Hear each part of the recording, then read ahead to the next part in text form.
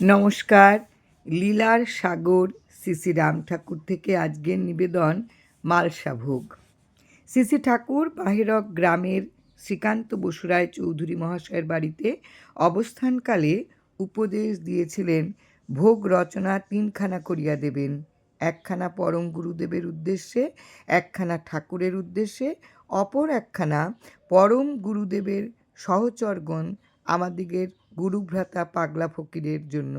এবং তিনি আরও বলেন, ভোগের মধ্যে মালসাভোগই প্রশস্ত এবং অল্প ব্যয়ে সকলের পক্ষে সম্ভবপর।